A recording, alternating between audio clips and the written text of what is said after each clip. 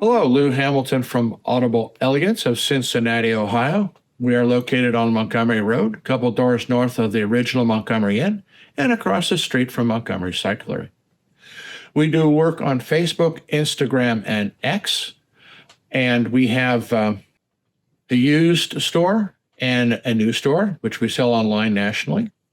So take a look at those if you want. We're also in the midst of a really wonderful sale of Martin Logan electrostatic speakers. We have that posted on Facebook and a couple others on our website as well.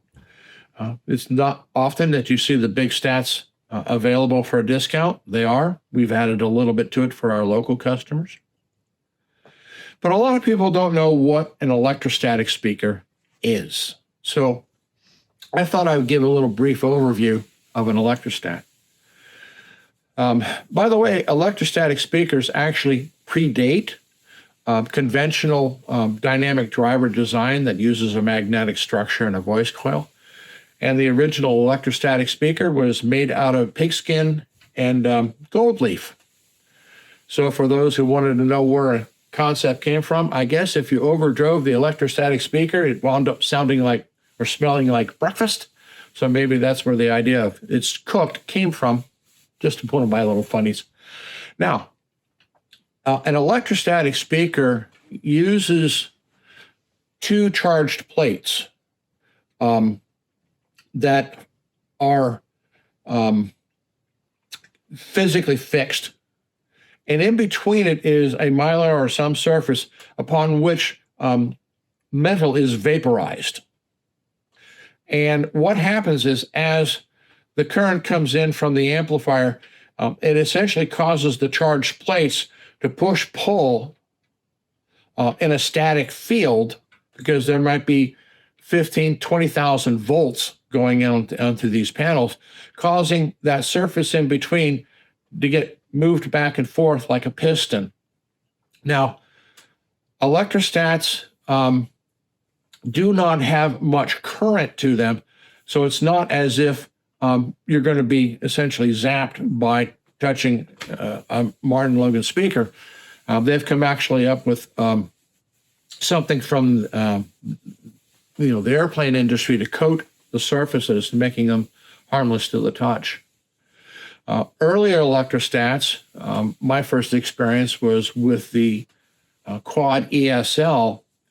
Well, they had to literally put a mylar covering over the panel itself, because what would happen is dust would be collected to the panel, reducing its efficiency and the volume dropping.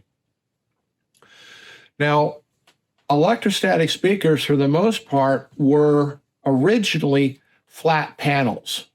They were flat vertically and flat horizontally. Now, this led to certain problems, which was any flat surface in a piston motion has only a 3-degree dispersion vertically and 3 degrees dispersion horizontally, which meant that the speakers had to be turned and very focused, not only in tilt, but also in angle.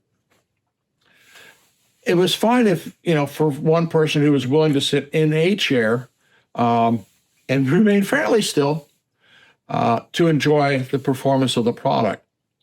Now, in terms of the advantage of an electrostat, since that surface sandwiched in between might be a mylar, is so light that its ability to come up and perform a signal known as a rise time is extraordinary.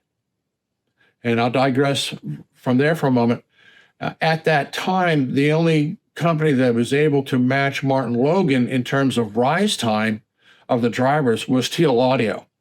And so when Martin Logan would visit me, they would ask about what's Jim up to now, because Jim was really zeroing in on the speed of his drivers. But I digressed. Now, I got to meet one of the original members of Martin Logan, who was responsible for the design of their electrostatic loudspeakers.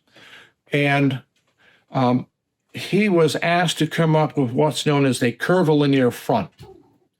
So you'll notice on Martin Logan loudspeakers, they have a curved panel. This allowed them to increase the horizontal dispersion of the frequencies to 15 degrees, which invited more people to enjoy the music and not have to sit in an absolutely defined sweet spot, so to speak. And their use of the curvilinear panel improved the dispersion. It did come at a cost, however, and the cost was how loud it could play.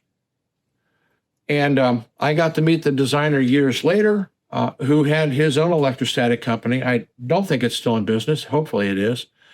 But he had flat panels. He did not have a curvilinear front. And the volume he was able to get was thunderous, far more than a classic Martin Logan speaker, with a curvilinear front. So there is a little bit of price to pay for it, but you had the speed and you had the dispersion that heretofore was not available in an electrostatic loudspeaker. So we are having a special on Martin Logan loudspeakers. And so if you get a chance, please stop by the store and listen to them. I dearly love electrostatic speakers. I've owned several pairs of them. At the moment, I don't. But I have other things I'm worried about. So that results in that. So there we are. Enjoy Martin Logan, and we'll see you again.